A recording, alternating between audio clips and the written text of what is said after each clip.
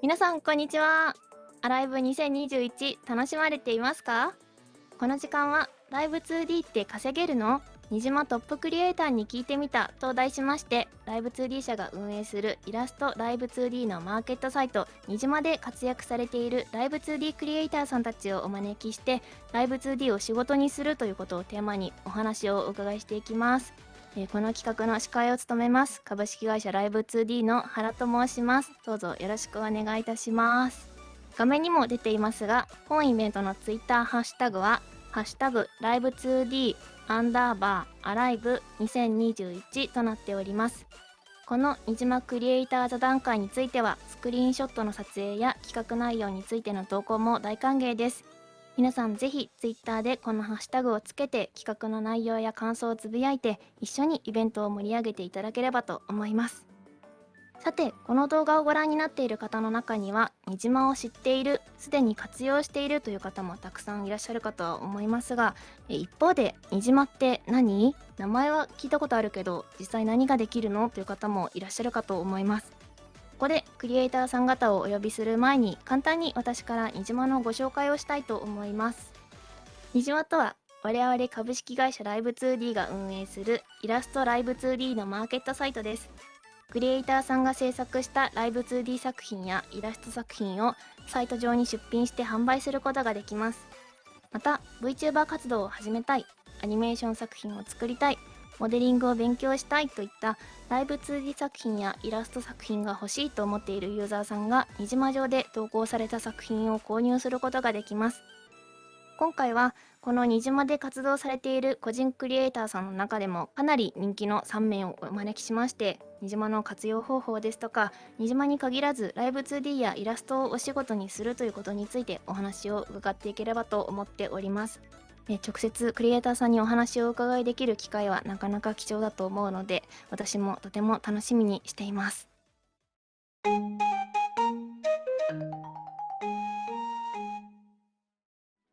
それでは早速本日ご参加いただくにじまトップクリエイターの方々をお呼びしましょう。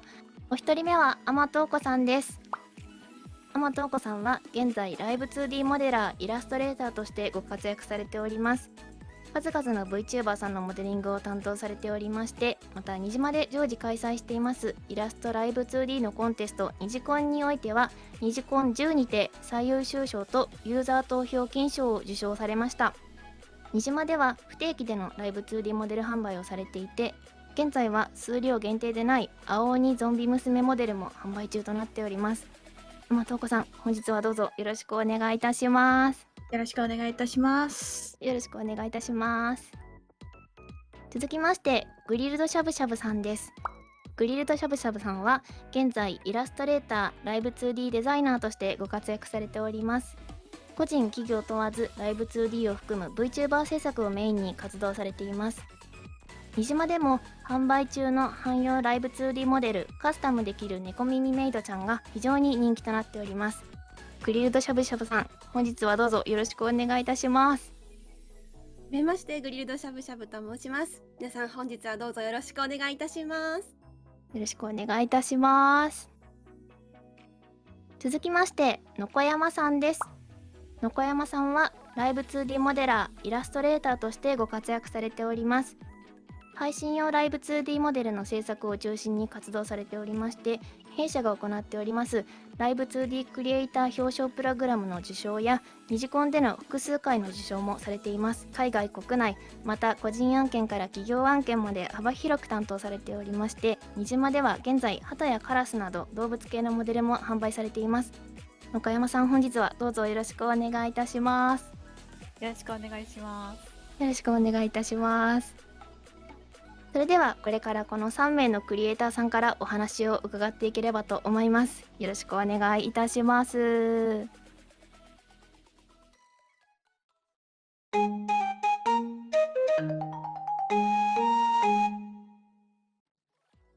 早速最初のコーナーに参りましょう。コーナータイトルは教えて10問10答ということで、ここでは、それぞれのクリエイターさんに事前にご回答いただいた10の質問を見ながら気になった箇所について詳しくお伺いしていきたいと思います。まずはじめに天東子さんの回答から見ていきましょう。ここちらです。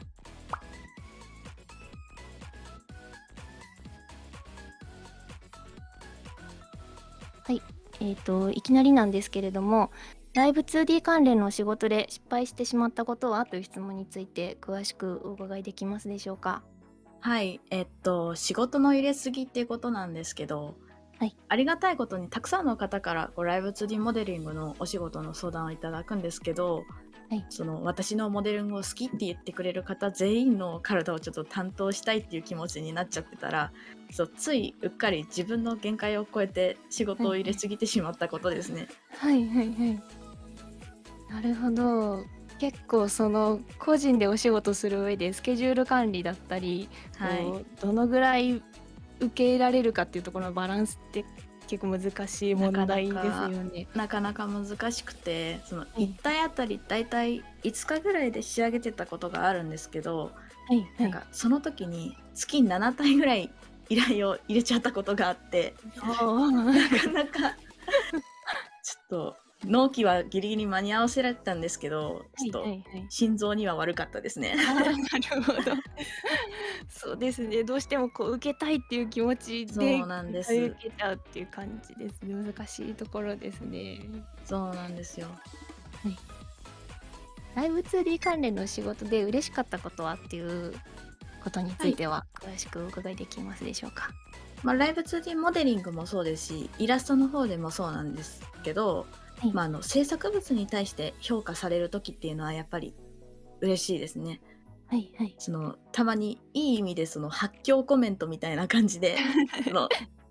お仕事のお話をしてる時にフランクなはいはい感じでコメントくれる方がいらっしゃるんですけど、はい。そういう時にはもうその人のためを思って一う生懸命ん。作ってよかったなっていうふうには思います。はいはい。そうですね。結構この作るのってすごく時間も手間もかかるものだと思うので、それにはい。対して直接なんでしょう、コメントとかでいただけるっていうのはすごい嬉しいですよね。そうなんです。はい、続きましてグリシャブさんの回答を見てみましょう。こちらとなっております。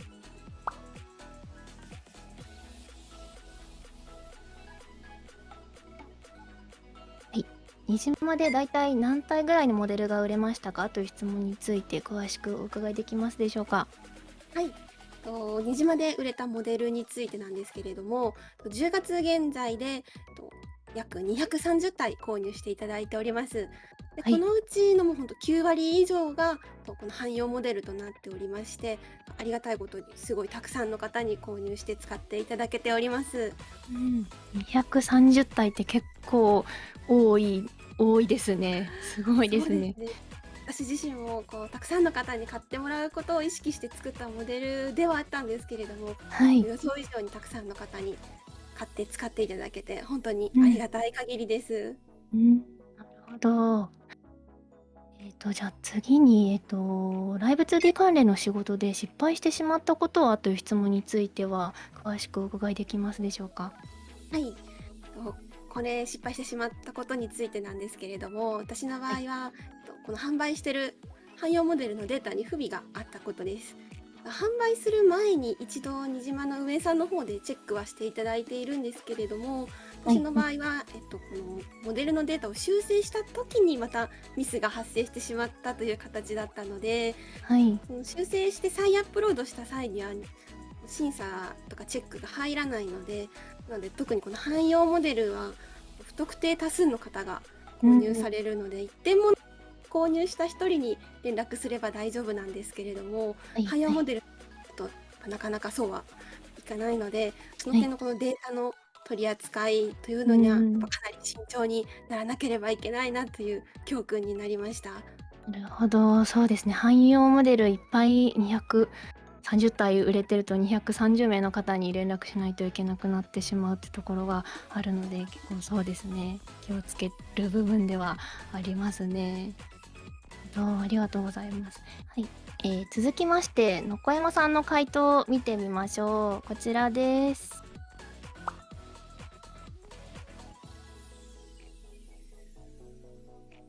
はい。にじまのメリットはについて詳しくお伺いできますでしょうか？はい。見てくれる人が多いっていうふうに書いたんですけど、はい。数値的に言えば、もしかしたら SNS の方が、見てもらえる数字的には多いかもしれないんですけど、西島の場合ってモデルを買いたいっていう人が結構見てくれてるので、はい。SNS とかであまり反響がなくても、虹島の方だと結構販売に至ったっていうこともありました。そういうことから、見てくれる人も多いかなっていうふうに感じてます。なるほど。単純にこう作品を見てくれる人の数よりもというか、なんでしょう、買いたいって思ってくれてる人が結構見てくれてるっていうところがメリットかなっていうところですかそうね。ですね。あとはモデルパラメータが見れるっていう点だと、はい。本当に一番の特徴じゃないかなっていうふうにう思ってます。そうですね。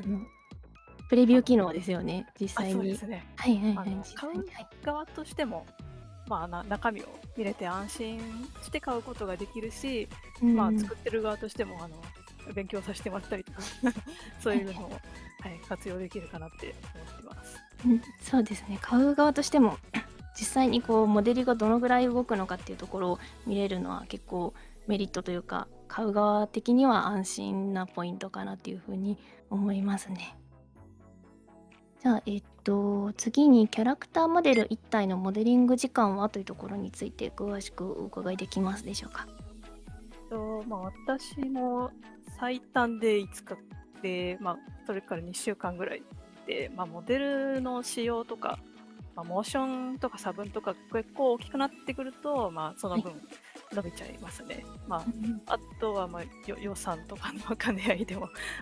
やってます。そうですね。結構こう上下があるというか、最短だと5日だけど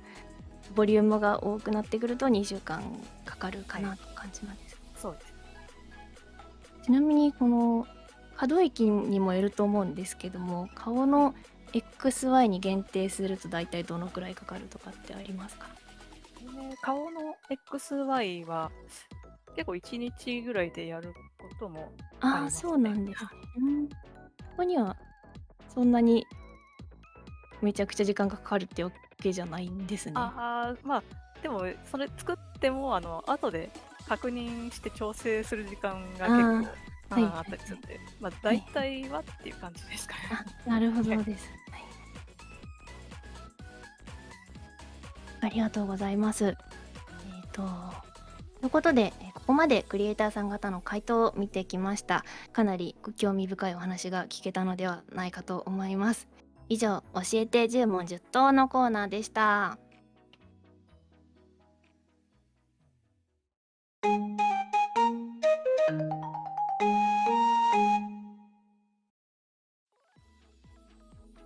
続いてのコーナーは、にじまトップクリエイターに聞いてみた掘り下げ質問コーナーと題しまして、クリエイターさんに気になる質問をぶつけていきたいと思います。まず最初に全員にお伺いしたいのですが、ライブ 2D やイラストで稼げるようになった経緯やきっかけをお伺いできますでしょうか。まずは天東子さん、お願いします。はい、私はですね、最初無職時代、さっきの小山さんも言ってたんですけど、無職だった時代がございまして、その時に興味本位でまずライブ 2D ではなくて VTuber になろうと思ってモデリングを始めたんですよね。で、あわよくばそれで少しでもお金が稼げたらいいななんて、ちょっと今思うとすごい甘い考えではあるんですけど、という魂胆でモデリングを始めたら、イラストが自分に合わせて動くっていう技術にすごく興奮しまして、でかつVTuber ってなりたい自分になれるっていうところですごい興奮して、それで趣味でいろんなモデルを作ったんですよ。でそこで試しににじまっていうものを知りまして、試しに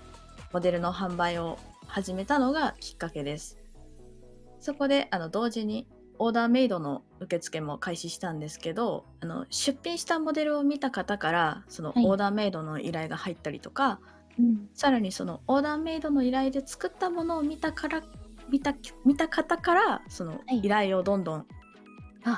さらに広がっていったって形です。なるほど。そこから今ではこうライブ 2D をお仕事にされるようになったっていう感じですね。はいなるほどです。結構最初は VTuber になりたくてそう始めたっていうなんですよ。ところだったんですね。でも本当に VTuber になったのはもうはいしばらくしてから後で、ああ、自分のモデル作ったのもしばらくしてからだったので、はい結局はもう VTuber になることは最初はほとんどなかったんですけど、はい先にライブ 2D の方にのめり込んでいきました。はいあ、なるほど。VTuber になろうと思ってもライブ 2D を触り始めたら、なんかはいモデリング楽しいじゃんみたいにそうなんでなったす。って感じですかね。はいはいはい。そこで趣味で量産しまくったっていう話でしたけど、のめりそうな込んでんです。たくさん作って、それがこうにじまっていうものあるらしいから売ってみようっていう感じになったっていう感じですかね。はいもう無職だったので、とりあえずお金を稼がなければ生きていけなかったので、はい。もう趣味で作ったモデルでも何でもやってみるしかないっていう土壇場の根性でモデルのはい、販売始めたんですよ。ああ、なるほど。結構ギリギリのところからというか、はい、でも売ってみようっていうところから始めたっていう感じなんですね。はい、考える間もなくやらないとダメで。すごいすごいです。そこからすごいですね。いやありがたいです。ちなみにそこの出品したモデル見た方からどんどんオーダーメイドが入ってっていう話だったんですけども、はい例えばこう SNS とか新島でもそうなんですけど、こう何か自分の魅力を知ってもらうためにどういうところに気をつけて活動されたとかってありますか？主にツイッターもやってたので、はい、ツイッターの方でも同時に告知するようにはしてました。うんただちょっと最初のうちはフォロワーさんが100人にも満たない状態だったので、はいはいそう拡散力っていうのがほぼないに等しかったので、はいなかなか難しかったんですけど、うんリプライの欄にはいにじまの販売しているリンクとかを貼り付けて、あもうあとはひたすら自分でリツイートするしかなくてなるほど。そのタグをつけたりとか、うん魂募集のタグとかはいはいはいつけたり、もうひたすらリツイートです。あで自分あとは、はいはいどうぞ担当した VTuber の方に作者名プロフィール欄に書いてもらってもいいですかっていうふうにお願いしたりとかして、はいはいツイッターの方でも同時に広げていく感じでした。なるほど。こうにじまに作品を置きつつ、ツイッターの方でもひたすら自分でツイートして、他の人にも拡散してねっていうお願いをしてっていう感じではい広まって、そこからどんどん口コミが広まってお仕事が増えていったそうという感じなんなんでですすね。そうです。ありがとうございます。はい、それでは、次にですね、グリシャブさんのライブ 2D やイラストで稼げるようになった経緯やきっかけについてお伺いできますでしょうか？私も天と子さんと野小山さん同様に無職だった時代がございましてはい。ちょうど会社退職してちょっとこう精神的にも体力的にもなんか創作活動する余裕が生まれたということがあって、ちょっと VTuber にハマっていたので、VTuber 作ってみたら面白そうって思ってライブ 2D を始めて、で今年の1月に初めてこう自分の最初の実績になるようなこうモデル全身のモデルを作ったんですけれども、はいそれがすぐに売れたということがきっかけでしたね。そのモデルを公開したと同時に、一番最初ツイッターで短いアニメーションを投稿して、でその後ににじまの方審査に出して販売という形でこう公開したんですけれども、はいその時にもう公開と同時にすごいにじまの方からもツイッターの方からもたくさん問い合わせいただくことができまして、でその先のスケジュールが本当にもう 2,3 ヶ月ぐらい先まであっという間に埋まってしまったので、はいはいじゃあもう無職だしフリーランスになろうと思いフリーランスになりました。なるほど。今年の1月ってまだ1年経ってないぐらいですよね。そうですね。はいなんで天と子さんとかの小山さんに比べるとまだまだかなりこう新参者ではあるんですけれども、いやいやいやいやでちょうどそのモデルをツイッターで公開した時なんですけれども、その時にライブ 2D の公式アカウントの方でその短いアニメーションの方リツイートしていただけまして、それですごいたくさんの方に見ていただけたということがあったので、そういう点においてもこのライブ 2D の公式からのサポートの手厚さというのをすごく感じました。なるほど。結構ツイッターでいろんな人の目に留まって、そこからこう、お願いしますっていう問い合わせがいっぱい来たっていう感じなんですね。そうですね。はいはい。なるほどです。ちなみにそのフリーランスになろうっていうことでフリーランスになったっていう話があったと思うんですけども、はい。例えばこう本業で別のお仕事やりながら、副業としてやるっていう選択肢とかもあったりとか、あとフリーランスになることにちょっと不安が生まれたりとか、そういうこともあるかなと思うんですけど、そういう不安とかってなかったんですかっていうのは。もちろんありました。も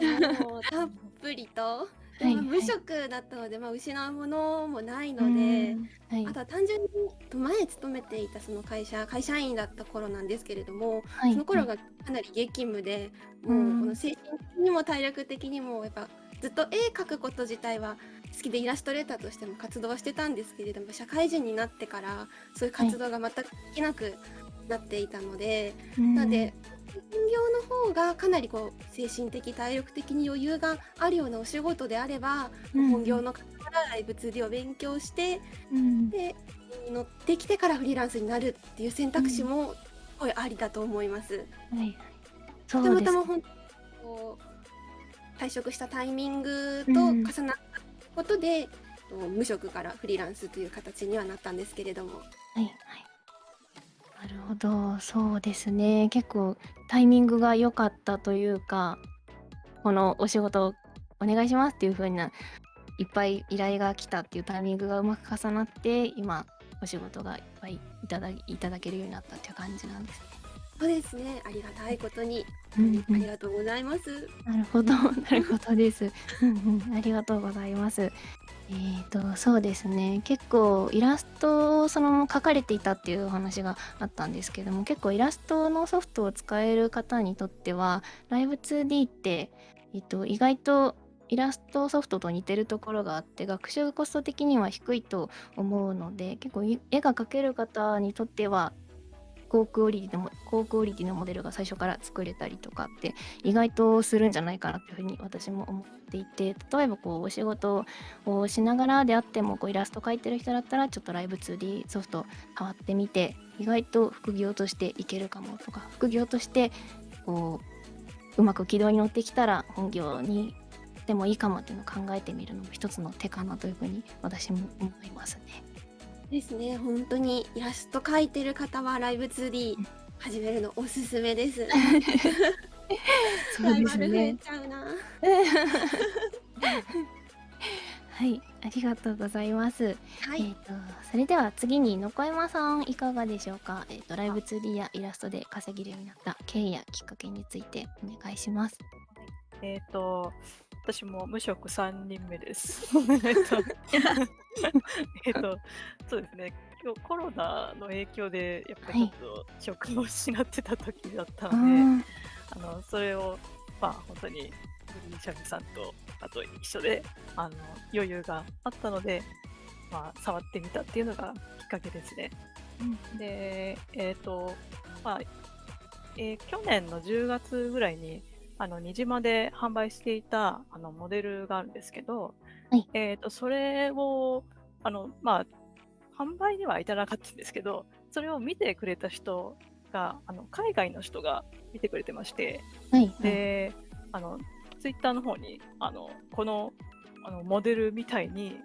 私のイラストを動かしてほしいっていう依頼が来まして、で、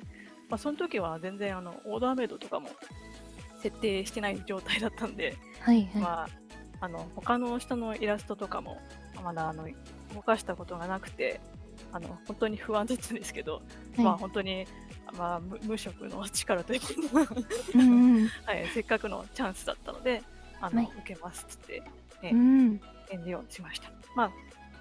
それからそのイラストその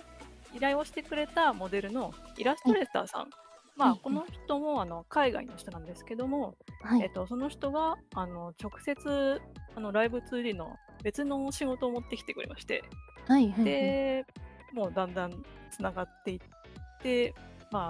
いつの間にか海外の、ライブ 2D コミュニティかな、うん。多分モデラーさんを探してるサイトとかになんはい。か名前を出してもらったみたいで、へで、え。知らない間に口コミが広がってて、うんで、うんうん。本当に依頼がさばききれなくなっちゃったので、思い切って、うん。個人事業主として、やうん。っていこうかなっていうふうに思って、今に至ります。どう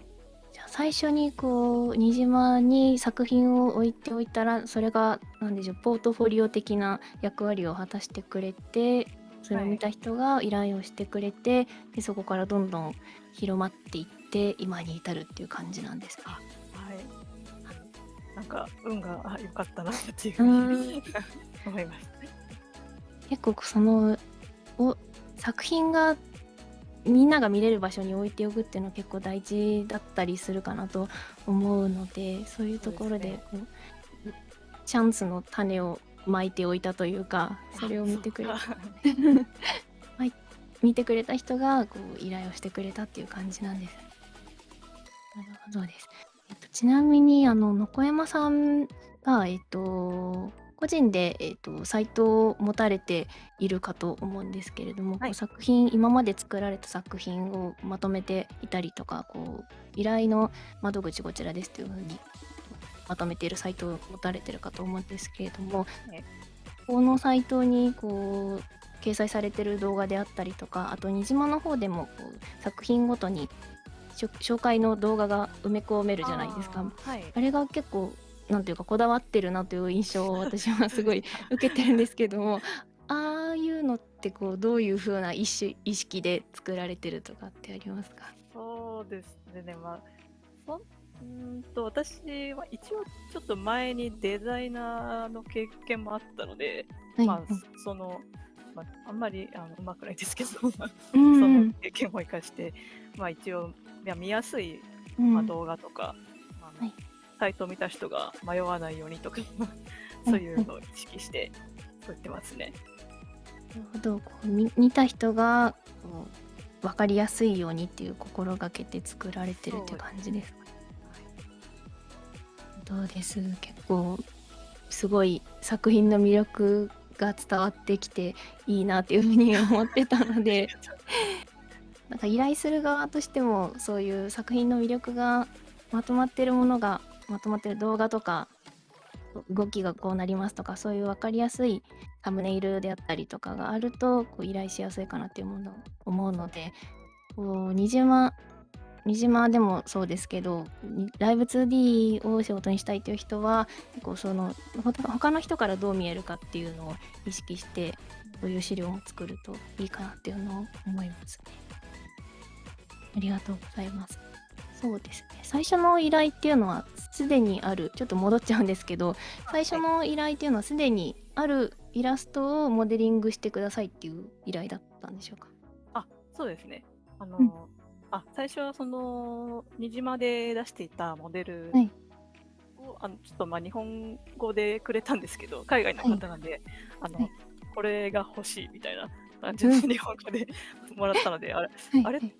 買ってくれるのかなっていうふうに思って、よくはい。聞いたら、モはい。デリングの方だったんですねっていう感あじ。あ、なるほど。そう、意この外だったんですけど。このイラストみたいに動かしてほしいみたいな内容だ。そういうことだったんですね。ああ、なるほはい。どですね。そのイラストから制作されるパターンと、あと動きだけ制作されるパターンあると思うんですけども、どっちが多い感じですか？私はもうイラストをいただいて、モデリングする仕事が結構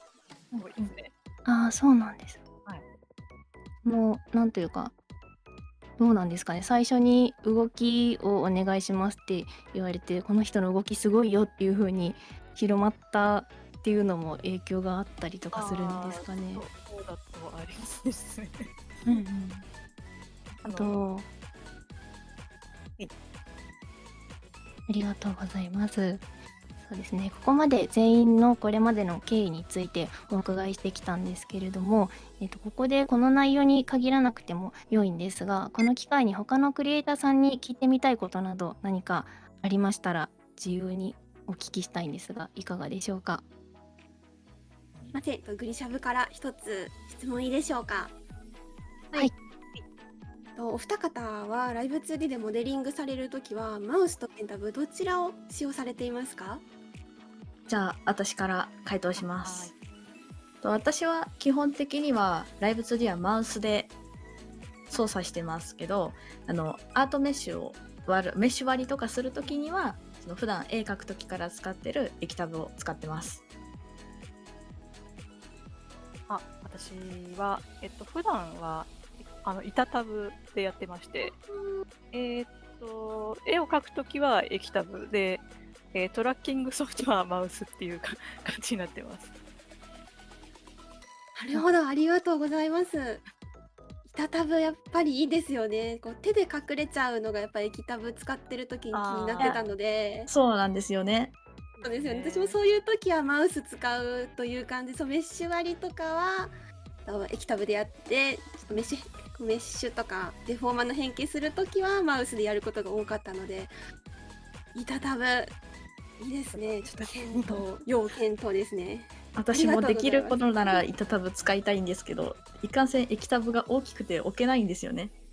そうですよね。作業スペース的にもキーボーそうなんですドも絶対使うので、キーボード、そうなんです液タブ、モニターの配置で悩みますよね、すごく。なので液タブ使ってますね。なるほど。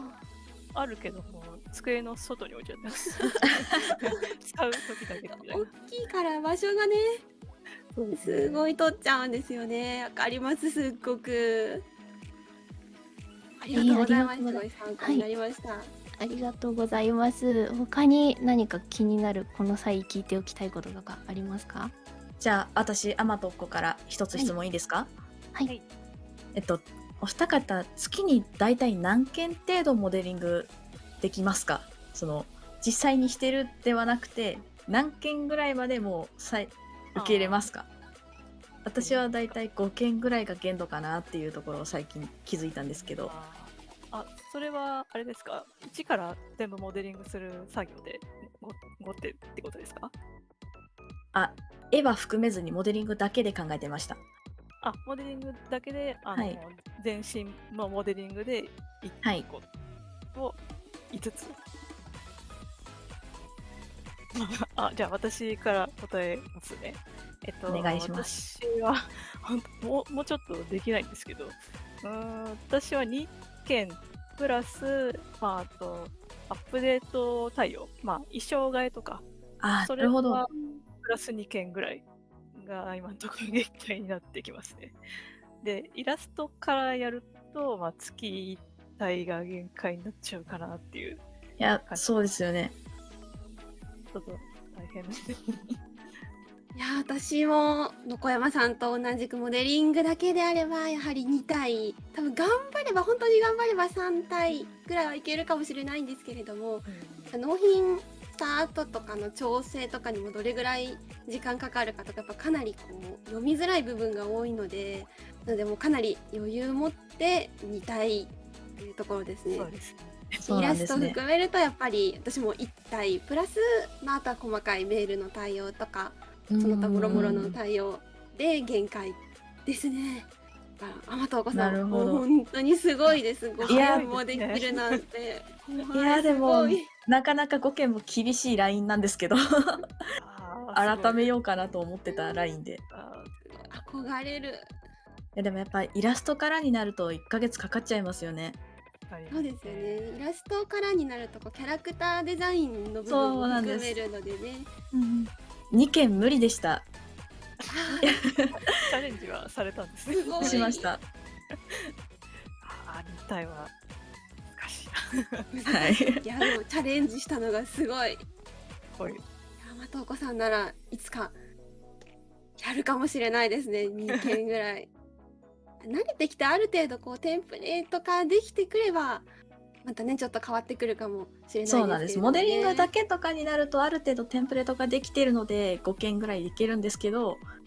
もうなんかいろいろな対応しようと思うと難しいです。そうですね、結構頼む側的にはなんか簡単にできちゃうのかな、みんなすごいしって思っちゃうんですけども、結構実際の作業って考えるとモデリングだけじゃなくて他の作業が入ってきたりとかして想像以上そうになんですよね。大変なんですね。依頼する側としてはこう余裕を持って依頼をした方がいいなっていうのを今聞いててすごく思いましたね。ありがとうございます。ありがとうございました。他に気になることある方とかいらっしゃいますか？じゃあ私の小山からですけど、皆さんは、テンプレート、それこそ機能って使ってますか？どうでしょう。私はテンプレート機能が全然使えないので、毎回一からやってるんですけど、その辺どうなのかなと思って。私からグリシャブの方からいいでしょうか。はい。私もテンプレート一応はあるんですけれども、でもかなりやっぱ人によって異なる部分が多いので、本当に最初のメールで送ってきてください、この要項お願いしますっていう部分だけテンプレートにしてて、その後の対応っていうのはもうほとんどアドリブというかテンプレート使わずにメール打ち込んでメッセージ打ち込んでやり取りすることが多いので、なかなか結構すり合わせにも時間かかるところが最近の悩みどころでもあります。そうか。テンプレートって言っちゃってすみません。ちょっと分かりにくかったかもしれないですけど、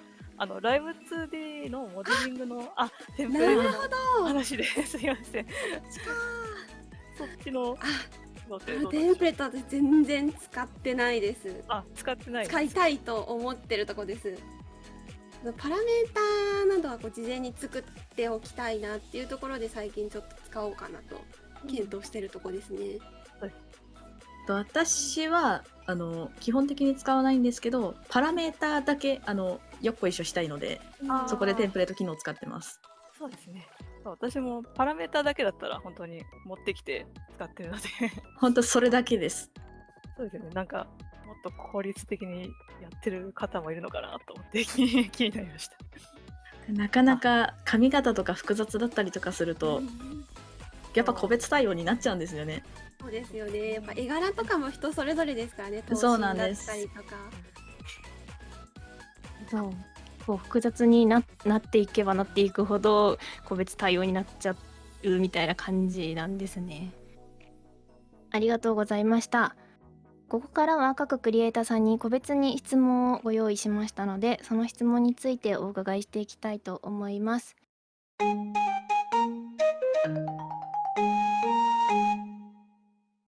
まず、アマトーコさんはオーダーメイドでのモデル制作が非常に人気の高いクリエイターさんなんですけれども、このオーダーメイド制作についてにじまで依頼を受ける場合と、ツイッターなど他のにじま以外の場所で受ける場合のメリットとデメリットについて何だと思われますか？はい、まずにじまで受けるメリットなんですけども、何点かございまして、1つ目はサイトの仲介が入るので、どちらもその売る側も買う側もどちらも安心して金銭のやり取りができることだと思います。こちらが納品しないとそのお金はこっちは受け取れないし、購入する側は決済後にダウンロードができる仕組みなので、双方安心して使えることだと思います。で2つ目はその受け口をにじまに限定すれば、依頼が重なってもそのオーダーメイドの画面からタスクの確認が非常にしやすいので助かってます。であとはそのプロフィールページに販売中のモデルが表示されているので、プレビュー画面で実際にモデルを見て、そこからオーダーメイドの依頼をしてくれるって方もいるので、ポートフォリオ代わりに使用できることだと思います。逆にデメリット的な部分についてはどうでしょうか？デメリットなんですけど、お小遣い稼ぎ程度であれば気にならないんですけど、ちょっとにじまを主な収入源とするとちょっと手数料が苦しいなっていう部分がありまして、にじまは割と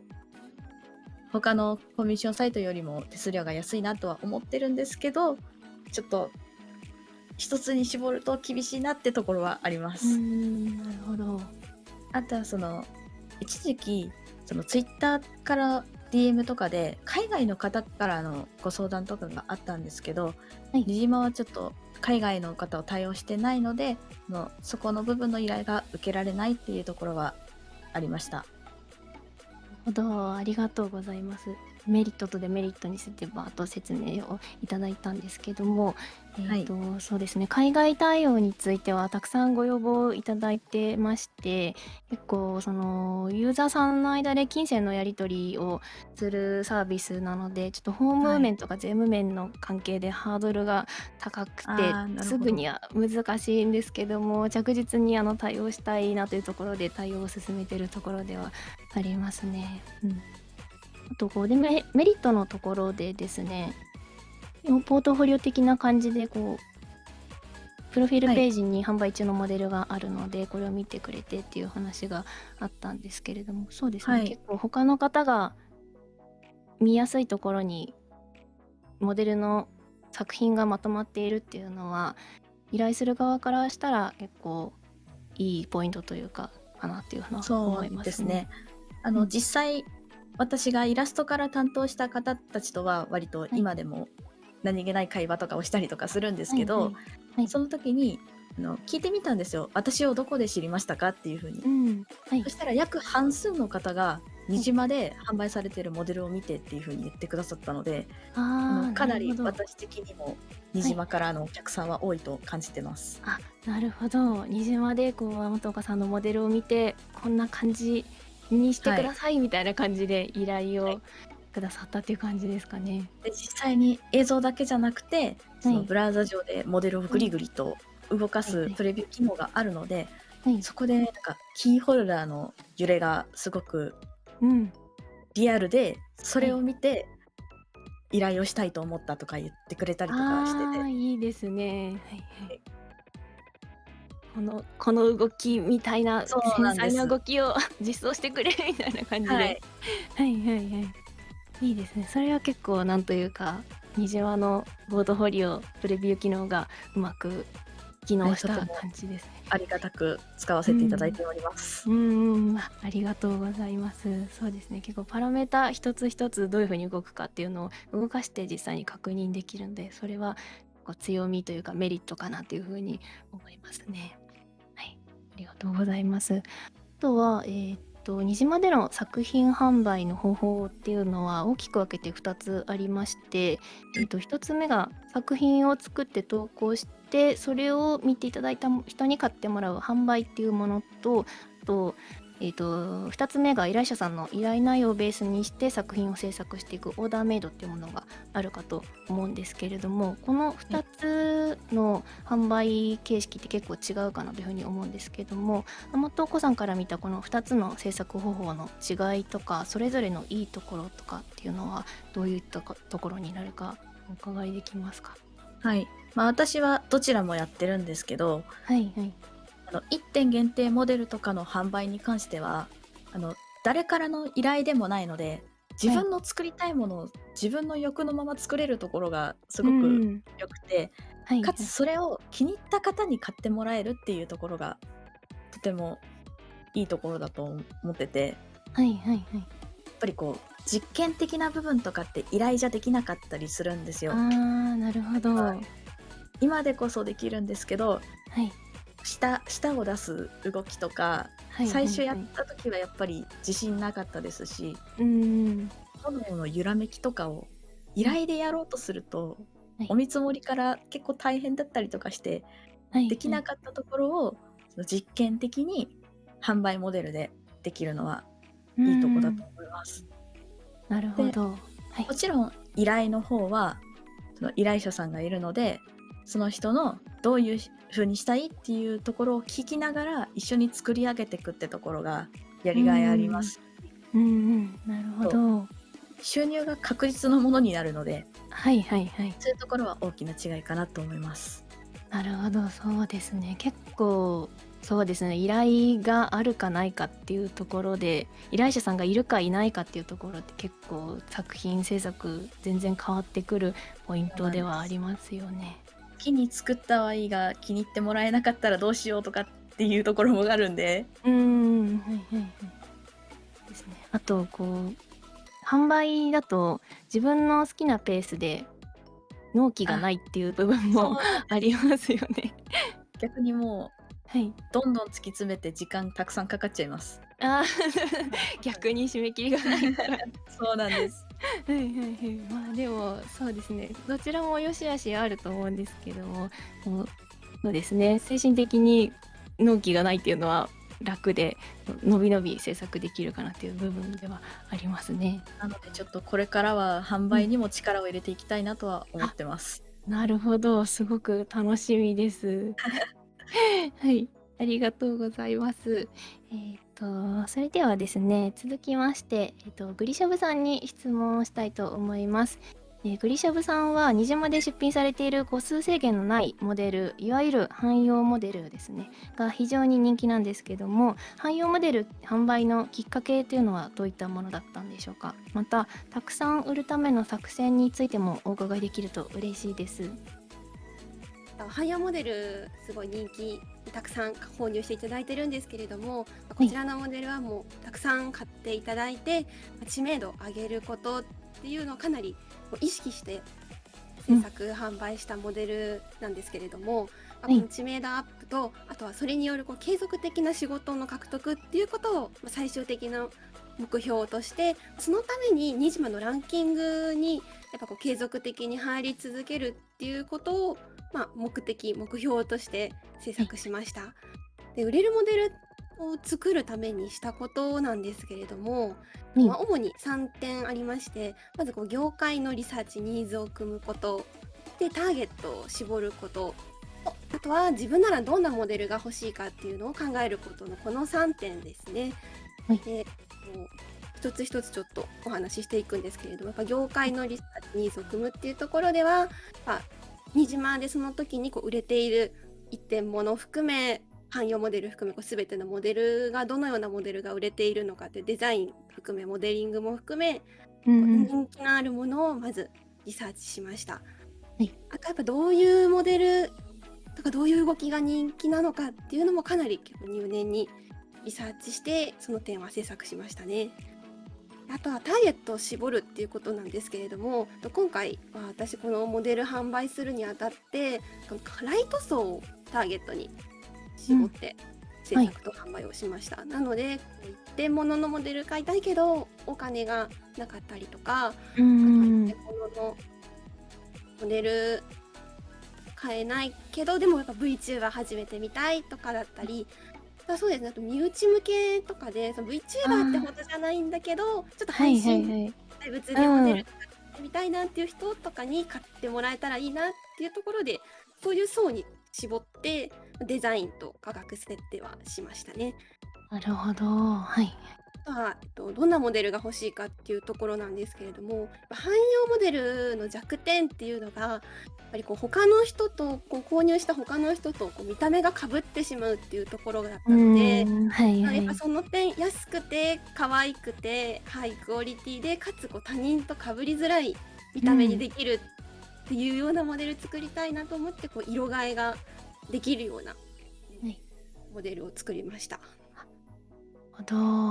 ちなみにそのニジマのランキングに継続的に入ることを一つ目標にしてたっていう話があったと思うんですけども、これってランキングにこだわった理由っていうのはあったりしますか？やっ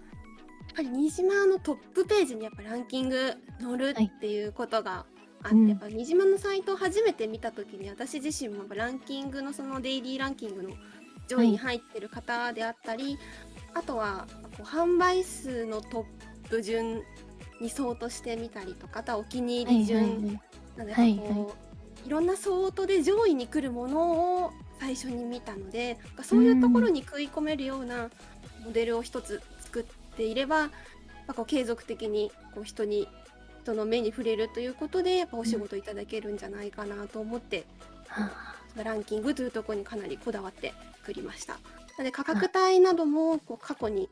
ランキングの上位独占していたりとかするようなモデルとかに合わせたような価格で、このモデ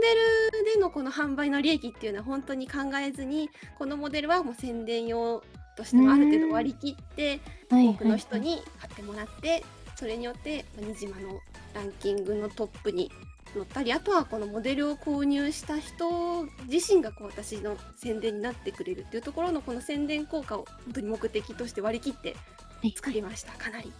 なるほど。そうですね。ちなみにその作戦を実践して結構売り上げというかたくさん人気のモデルになったかなというふうに思うんですけど、売り上げが上がってその後どういうふうになったとかってありますか？そうですね。やっぱり本当にお仕事の数もかなり増えて、その新つなが島ってるんですね。そうですね、トップページに載っててランキングに載っているのを見てというお問い合わせもあったので、また企業の方からもお問い合わせいただけるようになったので、かなり効果はあったと思います。なるほど。戦略的にこう考えて実現してそれが今後にもつながっているっていう感じなんですね。そうですね。ありがとうございます。はい。それでは、次に野小山さんに質問したいと思います。野小山さんは直近のニジコンで入賞を果たされましたが、その時の心境だったり、その後の変化などについてお伺いできればと思います。はい。今回は優秀賞と、あとさらに、あとユーザー投票の銀賞も本当にいただけたので、はい本当に嬉しかったです。うんで、コメントとかもたくさんいただいて、励みになりました。はいちょっと賞を狙ってたところもありました。うんで、変化といえば、前は本当に海外のお客様メインだったんですけど、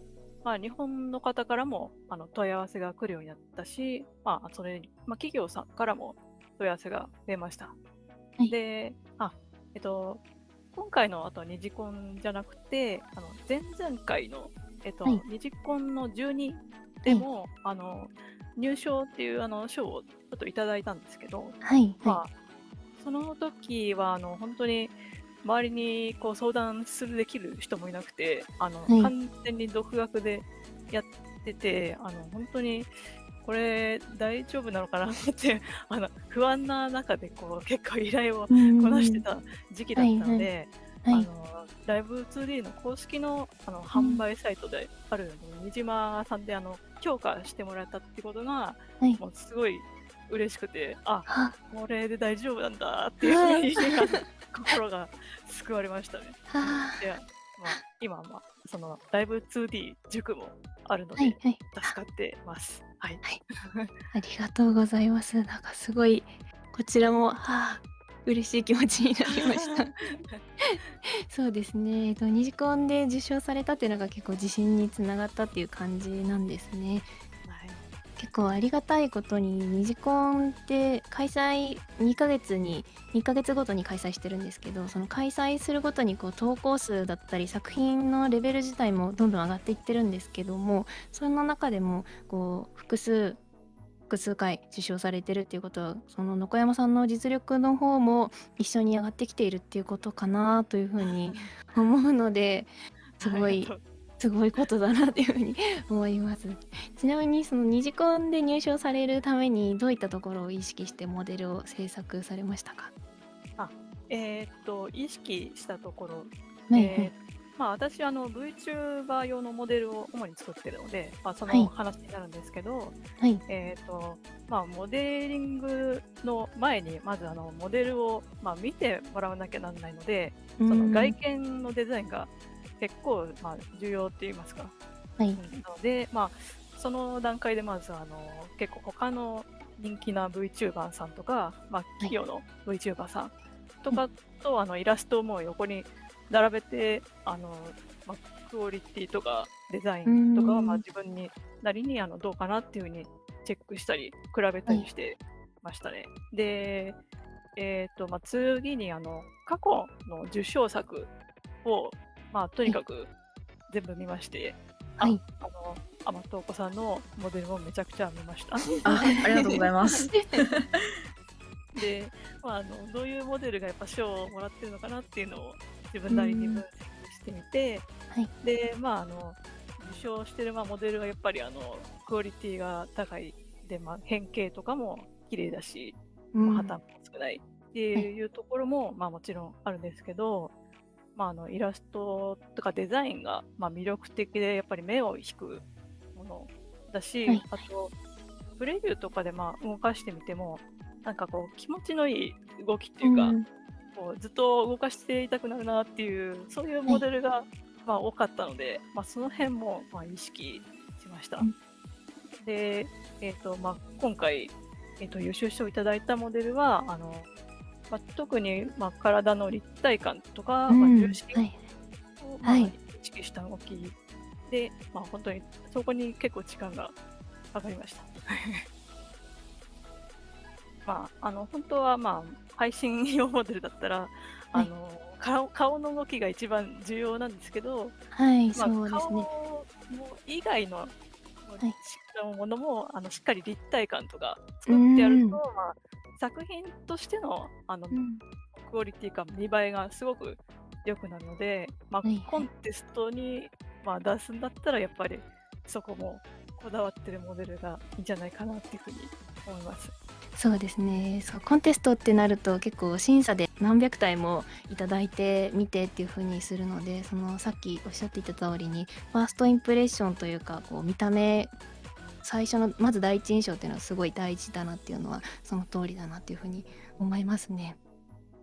ありがとうございます。じゃあ、もっとお話をお伺いしていきたいところではあるんですけども、ちょっとお時間の方が来てしまいましたので、そろそろ終わりにしていきたいと思います。以上、にじまトップクリエイターに聞いてみた掘り下げ質問コーナーでした。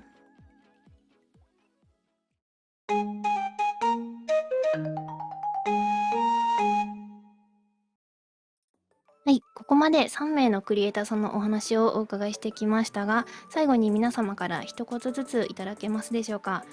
まずは甘とうこさんお願いいたします。はい、まずは本日はありがとうございました。なかなか聞けない話を聞けたんじゃないかと思ってますので、楽しかったです。よかったです。ありがとうございます。はい、次に、グリシャブさんお願いいたします。はい。本日はこのような貴重な機会をくださりありがとうございました。私自身やっぱり現在活躍されているクリエイターの方が切り開いてくれた道があって、今のこの場所に立てているということがあるので、今度はそういう今ライブ 2D クリエイターを目指している方々にとって何かお助けというか役に立つようなことを話ができていれば嬉しいです。ありがとうございました。ありがとうございました。最後に中山さんお願いいたします。はい。そうですね、モデラー同士であまり交流したこともなかったのですごく新鮮な場を用意していただけて本当にありがとうございました。そうですね、ライブ 2D のお仕事のチャンスは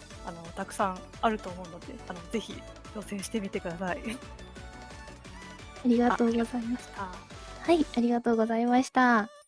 はい、ということで3名のクリエイターの皆様、本日は本当にありがとうございました。皆さんこれからさらにライブ 2D 業界でご活躍されていくことかと思います。